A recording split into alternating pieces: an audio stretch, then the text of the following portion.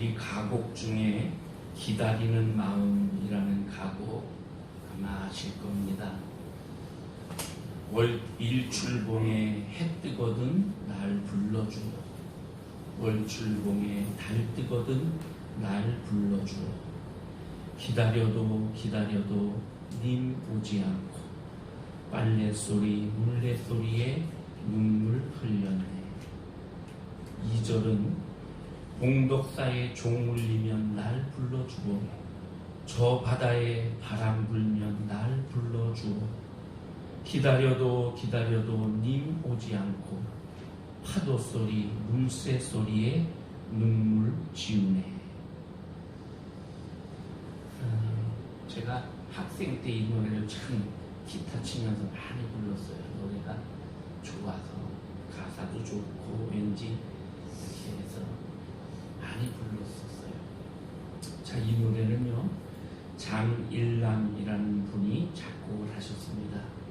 이 장일남이라는 분은 황해도 해주에서 태어났는데 6.25 때에 전쟁을 피해서 남쪽으로 내려와서 우리나라 연평도에서 한 1년 이렇게 머물면서 살았어요. 이때에 신문을 통해 봤는지 잡지를 통해 봤는지 한 젊은 남녀의 애틋한 사랑 이야기를 봐요. 그리고 그 밑에 쓰여진 시를 봅니다. 이 사랑의 내용이 뭐냐면 제주도 청년이 배를 타고 육지로 나와서 목포에 왔어요. 목포에 왔는데 제주도에 사랑하는 연인을 두고 왔어요. 목포의 유달산 뒤에 월출봉에 달이 뜨면 그 달을 바라보면서 여인을 생각하는 거예요. 잘 있을까?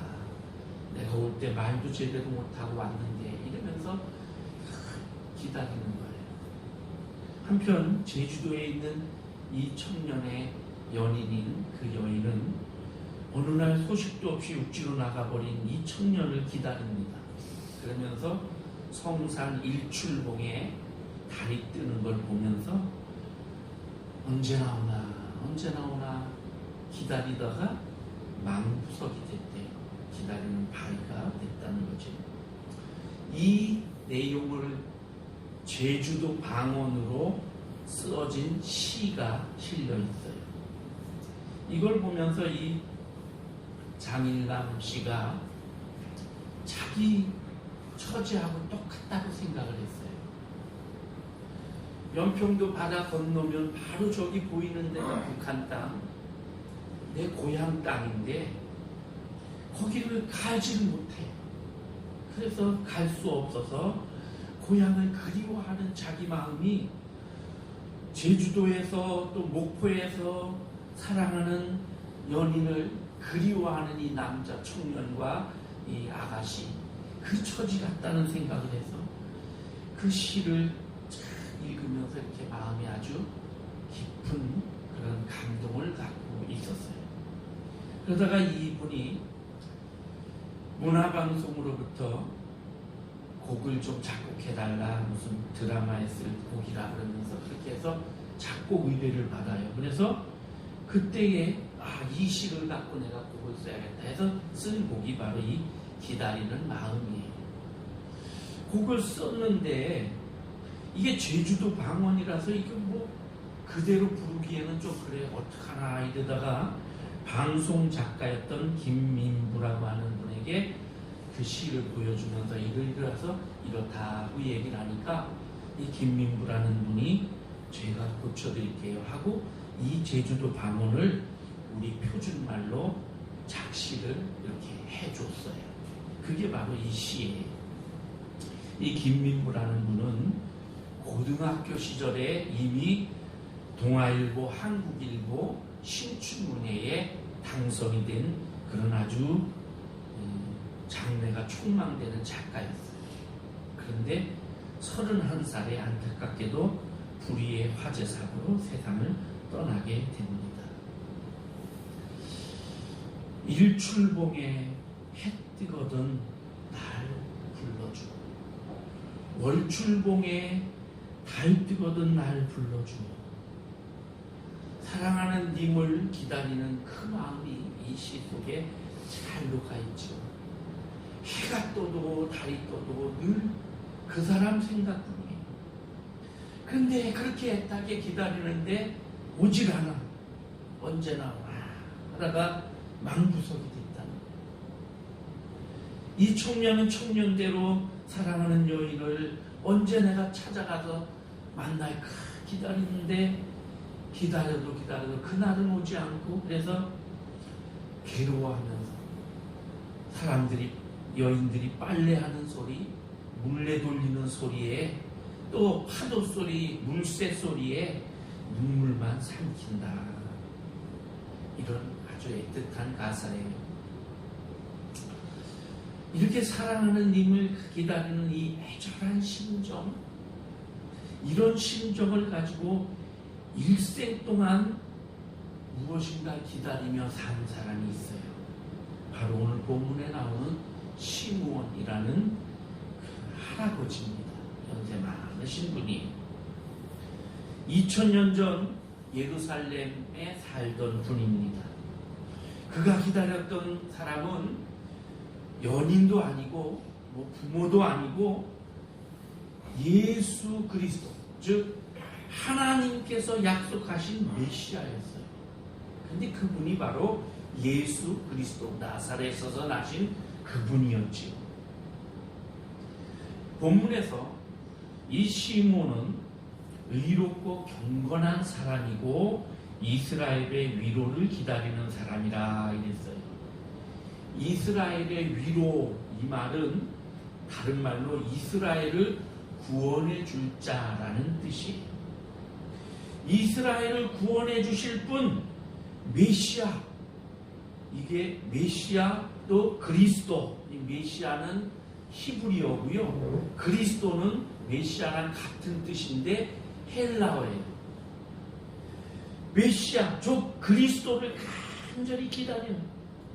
근데 성령께서 이 시므온의 마음에 네가 그 메시아를 보기 전에는 죽지 않을 것이다, 이런 약속을 받아요. 그래서 그 약속을 기다리면서 매일 성전에 나가서 기도하고 성전에서 청소도 하고 이랬겠죠. 그렇게 시간을 보내고 있었어요. 그러던 어느 날 오랜 여행으로 초췌한 그런 모습으로 성전에 올라온 젊은 부부를 봅니다. 그들 부부 품속에 어린 아기가 안겨 있어요.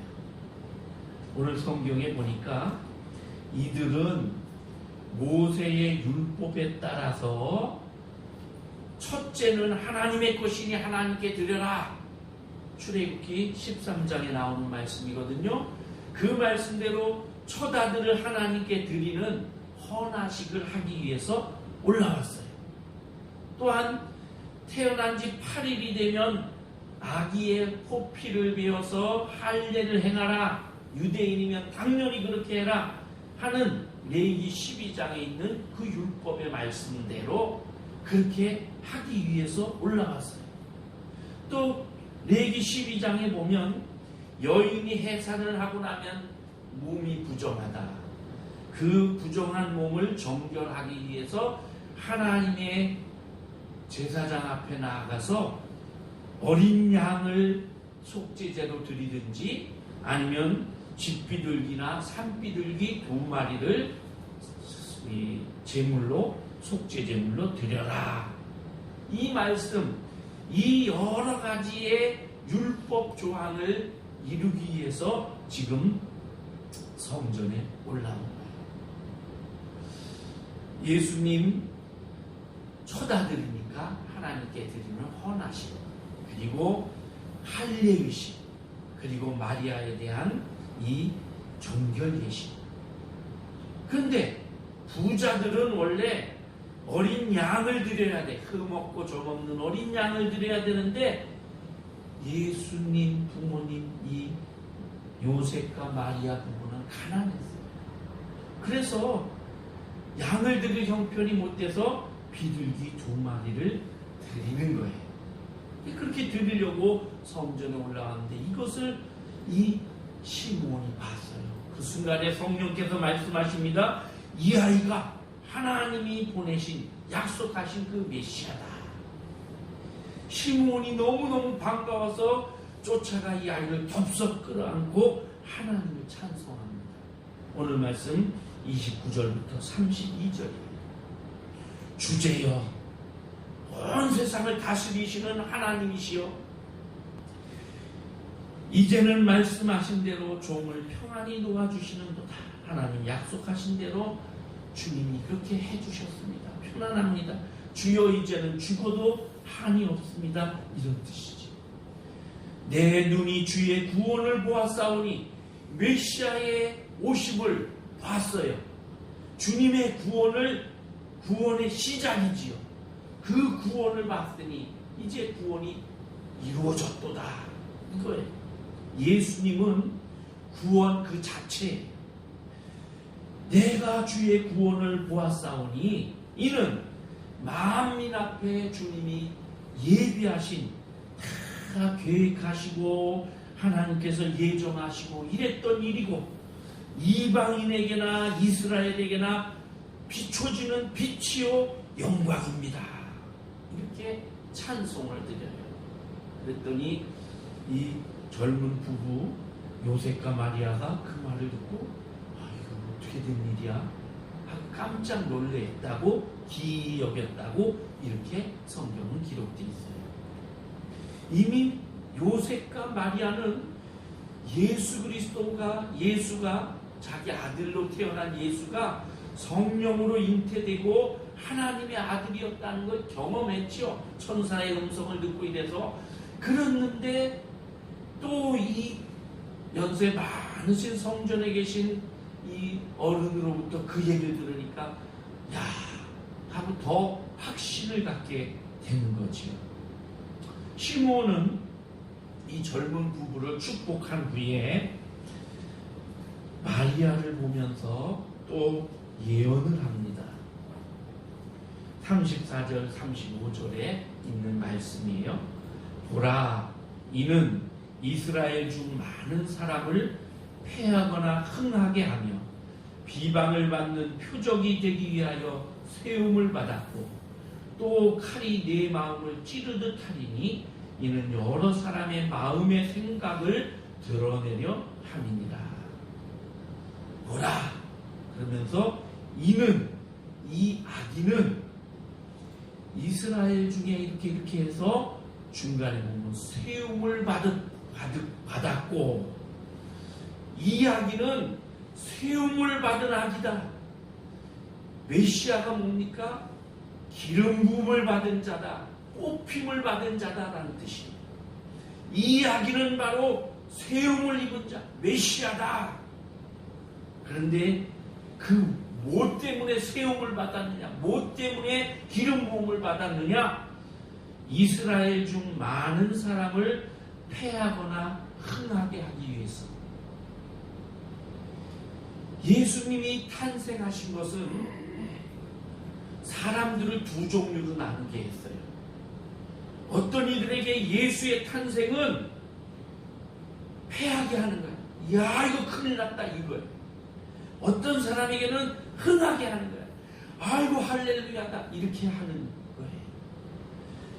예수님은 믿는 자들에게는 보배로운 모퉁이 돌이지만 믿지 않는 자들에게는 거치는 돌이에요. 고린도전서 1장 18절에 보면 십자가의 도가 멸망하는 자들에게는 미련한 것이요 구원을 받는 우리에게는 하나님의 능력이다. 똑같은 예수님인데 한쪽에게는 폐를 주는 거고 한쪽에게는 흥함을 주는 거고, 똑같은 십자가인데 누구에게는 미련한 것인데 누구에게는 하나님의 능력이 돼요. 이렇게 하시기 위해서, 즉 세상을 심판하시기 위해서 세움을 받은 자다, 이렇게 말씀한 거예요. 그다음 두 번째는 비방을 받는 표적이 되기 위하여 세움을 받았고, 예수님은 복음을 가지고 가는 곳마다 복음을 전하면서 거기에 해당되는 표적들을 행하셨어요. 사람으로서는 생각도 못할 그런 기적을 일으켰었어요. 그런데 이 기적을 보고 많은 사람들이 야, 이분이 그리스도시구나 믿었어요. 그런데 어떤 사람들에게는 비방거리가 됐어요. 특히 종교 지도자들, 바리새인들 이런 분들에게는 예수님이 하는 행동 하나하나가 다 비방거리예요. 왜 안식일날 병자를 고치느냐? 왜 이렇게 하느냐? 율법을 어기느냐? 왜 저렇게 하느냐? 행동 하나하나가 다 비방거리예요. 그런데 이 비방받는 이 모든 것, 그 모든 것이 하나님의 구원을 이루는 표적이라는 거죠. 그렇게 하시기 위해서 세움을 받은 자다. 그러면서 이런 말을 해요. 또 칼이 내 마음을 찌르듯 하리니 이는 여러 사람의 마음의 생각을 드러내려 함이니라. 칼이 내 마음을 찌르듯 하리니, 지금 마리아를 보고 그러는 거예요. 여러분, 예수님의 십자가를 예언한 거지요. 피에타라는 말 아셔요, 여러분? 이탈리아어로 비탄, 슬픔 이런 뜻인데, 피에타 그러면 미술에서 예수 그리스도를 십자가에서 내린 그 예수 그리스도의 시신을 끌어안고 슬픔으로 바라보고 있는 마리아, 그 모습을 피에타라고 해요. 이 피에타라는 그림이 엄청 많이 그려졌어요. 수많은 화가들이 이 그림을 그렸어요. 또 조각으로도 많이 남아있어요.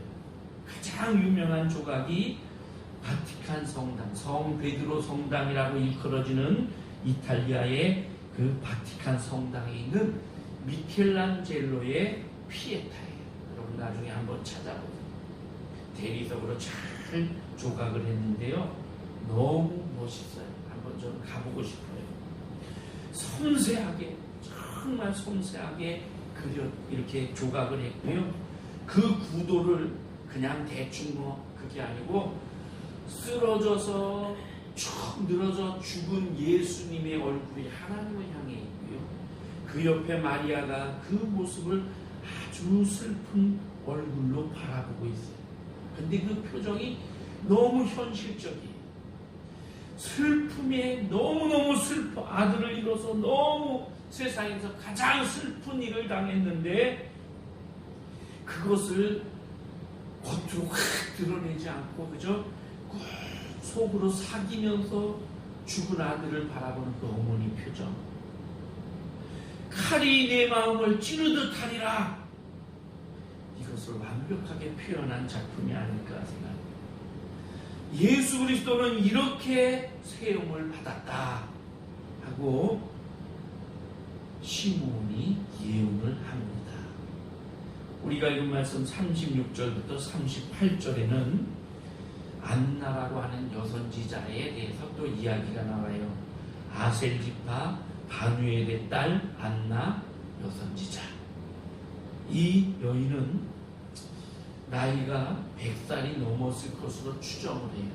어떤 성경 연구하는 학자들은 여기 84세가 되었다 이랬으니까 이 여인은 지금 84세일 거다 이렇게 해석하는 분도 있어요.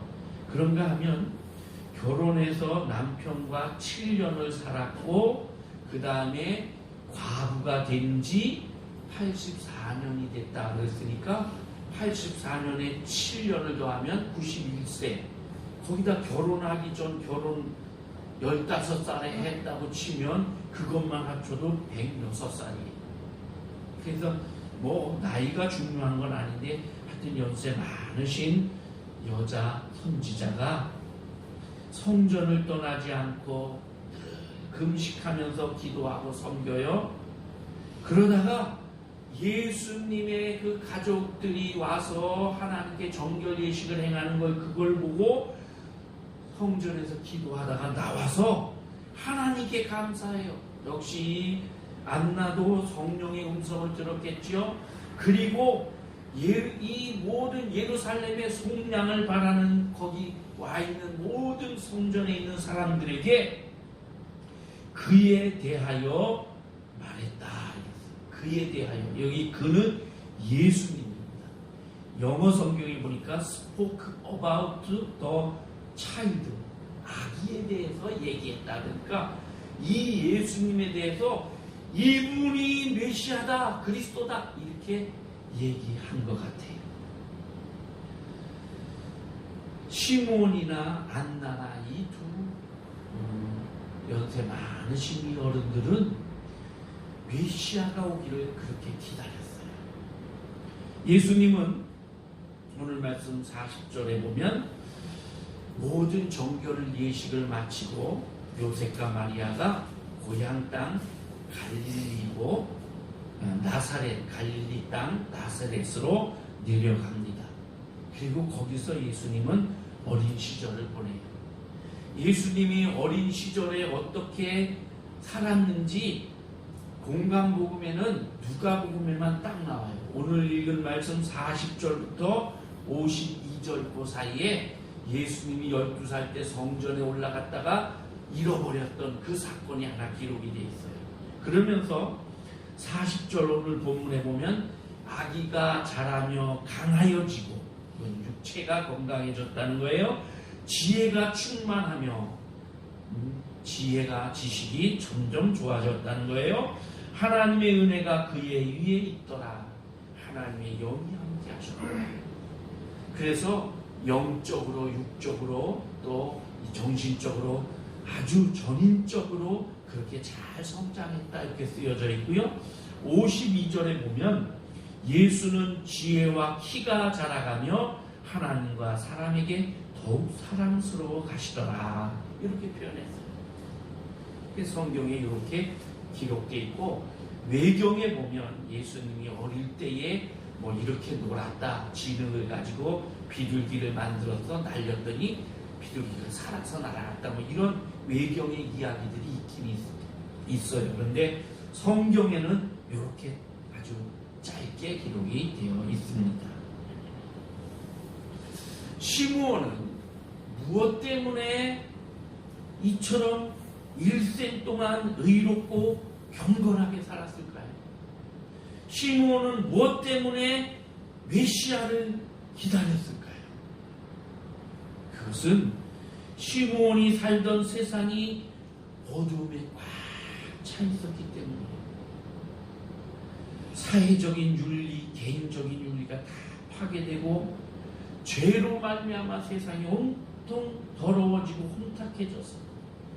사람의 인권도 없고 우상 숭배가 많이 만연해 있고, 그런가 하면 종교 지도자들을 통해서 모든 좀 믿는다 하는 사람들 다 형식적인 율법주의에 빠져 있고, 말라기 선지자 이후에 예언자들의 소리도 없고, 정치적으로도 식민지가 되어서 로마의 압박과 수탈 속에 살게 되고, 이들을 지도한다고 하는 헤롯 왕은 이방인이었고, 그럼에도 돈을 주고 그 왕자리를 차지했는데, 이 거룩한 백성들을 이끌어갈 그런 지도자가 아니라 자기 정권을 유지하기 위해서 돈을 쓰고, 때로는 무자비하게 살상을 저지르고 비리를 저지르고, 또 백성들에게 과중한 세금을 걷어들이고, 근데 누구도 이것에 대해서 말하지 못하고, 종교 지도자들도 다 정치와 결탁되어 있고 사치와 향락 속에 빠져 있고, 이런 어두움의 세상이었기 때문에 시므온은 이런 어두운 세상을 보면서 이 세상이 밝아질 수 있는 것은 메시아가 오셔야 된다. 유일한 희망은 메시아밖에 없다. 그래서 메시아를 기다리고 일생 동안 기다리며 살았던 거예요. 여러분, 오늘 우리가 사는 세상은 어떻습니까? 시므온이 살던 그 시대보다는 훨씬 많은 것이 발전하고 발달했지요. 물질 문명도 발달하고 먹고 사는 거 너무 좋아졌지요. 그런데 어두움은 어때요? 어두움은 아마 그 시대 그 이상으로 세상은 지금 어두울 겁니다. 예수님 시대보다 더 빠르고 더 멀리까지 여행하고 더 먼 곳의 세상 소식을 빠르게 알 수 있고 빌딩이 높이 세워지고 더 많은 문화적 혜택을 누리고 물질의 풍요를 누리고 있는데 영적으로나 정신적으로나 전기가 부족해서 어둠이 아니고 촛불이 없어서 어둠이 아니고 더 많은 어둠이 우리 세상 속에 있는 것 같아요. 세상의 뉴스를 보면 우리 마음을 밝게 해주는 뉴스 별로 없어요. 어쩌다 있는 것도 가만히 보면 자기의 이익을 위해서 좋은 일을 하는 거예요. 범죄가 점점 진흥화되고 점점 폭력적이 되고 더 아주 잔인해져. 그런가 하면 이상기후 그리고 또 전쟁의 소식, 음란한 소식, 살상 사람들을 정말 너무 쉽게 파리 목숨처럼 그렇게 죽이고 뭐 학교 폭력 이런 게 다 매스컴의 탓이죠. 매스컴에서 영화에서 막 친분이 뭐 이런 영화 통해서 말죽거리, 뭐 잔혹사 이런 영화가 몇십 년 전에 막 그게 유행하면서 너도 나도 그 영화 봤잖아요. 그러면서 그거 본 그 학생들이 폭력, 학교 폭력 그거 뭐 해도 되는 것처럼 그래 다 암암리했는데 지금 그 세대들이 커서 축구 선수도 되고 모든 운동 선수도 되고 정치계에도 입문하고 그래가지고 뭐 좀 이름 좀 내려고 그러니까 네가 그때 그랬잖아. 다 하나씩 드러나잖아요. 왜 세상이 이렇게 거짓되고 그럴까? 저 그런 게 생각 많이 하거든요. 연예인들이 연예 프로그램 할 때 무슨 게임을 한다고 속이고 막 그냥 재미를 위해서 한 거예요. 그러니까 그 재미 때문에 다들 보고 야 재밌다. 근데 사실 방송에서는 그렇게 속이고 막 배신하고 이러지 않으면 재미가 없어.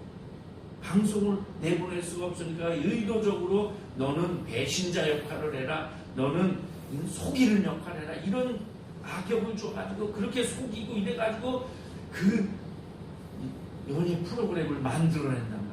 그것을 보는 백성들, 국민들, 우리 젊은이들은 그걸 보면서 자연스럽게 속이는 거 아무렇지도 않게 재미를 위해서 그런 거야. 이렇게 되면서 속이는 문화가 점점 많아져. 우리가 사는 이 세상 점점 잘 살고 먹는 것이 풍요로워지고 이건 사실이에요. 그런데 점점 더 불안해지는 것도 사실이에요. 우리가 기다려야 할 것 바로 예수님입니다. 예수님만이 해답이에요. 예수님을 간절히 기다려야 돼요. 시몬이 기다린 것처럼 그렇게 우리 주님 다시 오셔야 됩니다. 기다려야 돼요. 예수님이 다시 오시는 것 시몬이 기다리는데 막연히 기다리고 절망적으로 기다린 게 아니고 성령의 음성을 듣고 그 음성대로 네가 죽기 전에 볼 것이다. 감격과 희망을 가지고 기다렸어요. 우리의 기다림도 막연한 기다림이 아니에요. 내가 반드시 오리라. 주님이 약속하신 그 확실한 약속을 가지고 기다리는 거예요. 예수님의 탄생은 일반인의 탄생과 다릅니다. 일반인의 탄생은 그저 태어나는 것이에요. 근데 예수님은 이 세상에 약속하신 예언대로 약속하신 대로 오시는 거예요. 그래서 강림이라고 대림절이라고 그래요. 그래서 큰 임하심이에요. 기다리는 그 기다림을 이루신 하나님의 약속을 이루는 거예요. 교리로 말하면 성육신이에요. 인카네이션. 인간의 몸을 입고 하나님이 세상 속으로 들어오신 거예요. 특별한 목적을 갖고 오셨어요. 세움을 받았다. 예수 그리스도, 예수는 이름이고요. 그 이름 속에도 여러 뜻이 있어요. 그리스도, 메시아, 이게 칭호예요.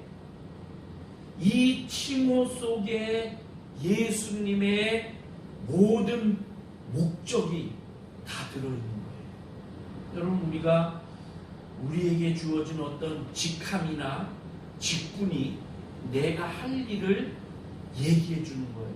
교회에서도 장로, 안수집사, 권사, 집사, 이거 다 그냥 주어지는 게 아니고 그 직분을 주는 것은 네가 이걸 해야 돼 라는 그런 권한과 함께 그 사람의 사명, 목적을 주는 거란 말이에요. 예수님을 그리스도, 메시아라고 칭하는 것은 이분에게 그 사명이 있다는 의미예요. 예수님은 죄 가운데 있는 우리 모두를 구원하시기 위해서 오셨어요. 그 구원을 이루기 위해서 당신의 목숨을 십자가에 다 내어놓고 버리시기 위해서 오셨어요. 예수님이 오심으로 모든 인간은 죄에서부터 사함을 받고 영적인 자유를 얻고 구원을 얻었어요. 이것이 우리에게, 여러분과 저에게 새 생명을 주시는 그런 하나님의 은혜예요. 그래서 이 모든 일이 하나님께는 영광이 되고 우리 모두에게는 큰 기쁨이 되는 거예요. 누가복음에 보면 무서워 말라, 보라, 내가 온 백성에게 미칠 큰 기쁨의 좋은 소식을 너희에게 전하노라. 오늘날 다윗의 동네에 구주가 나셨으니 곧 그리스도 주시니라. 온 백성에게 미칠 큰 기쁨의 좋은 소식, 예수님의 오심은 바로 그런 거예요. 그리고 난 후에 천사들이 크게 찬송 부르지요. 하늘에는 영광이요 땅에서는 기뻐하심을 입은 모든 사람들에게 평안하다. 우리에게 오신 예수 그리스도가 바로 이런 분입니다.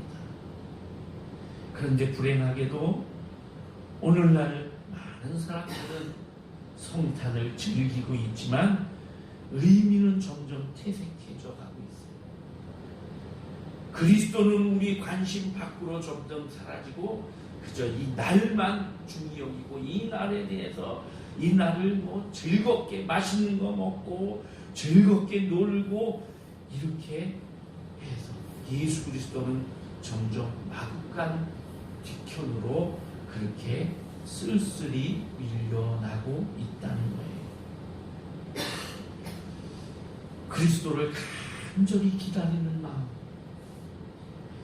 일출봉에 해 뜨거든 월출봉에 달 뜨거든 그렇게 기다리는 그 시몬의 마음처럼, 이 젊은 남녀의 마음처럼 그렇게 예수 그리스도를 기다리는 그분이 바로 예수님을 감격적으로 만날 수 있는 것입니다. 사랑하는 성도 여러분, 대강절 기간입니다. 예수님이 여러분의 가슴 속에 기쁨으로 오시도록 기다리고 기다리는 계절입니다.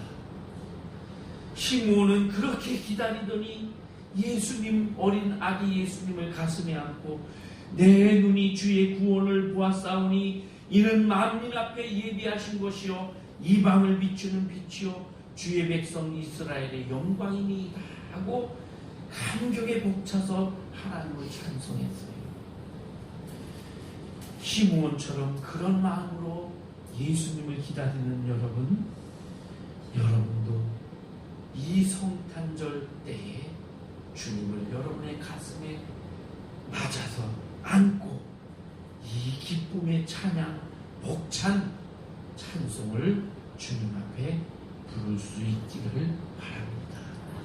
기도하겠습니다. 하나님, 시므온과 안나는 정말 간절한 마음으로 메시아를 기다렸습니다.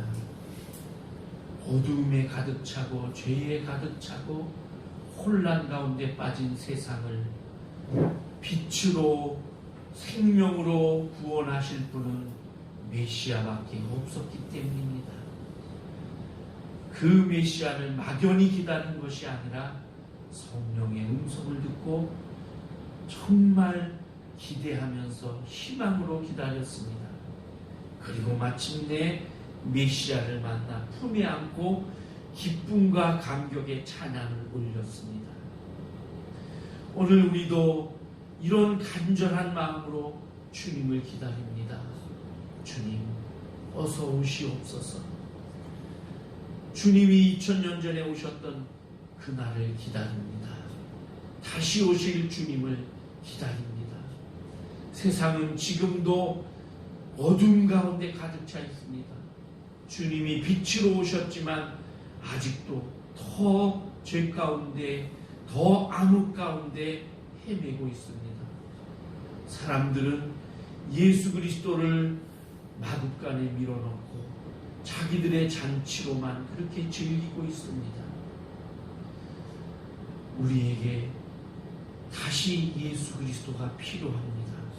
주님, 이번 성탄에 우리에게 오셔서 다시 우리의 빛이 되어주시고 희망이 되어주시옵소서.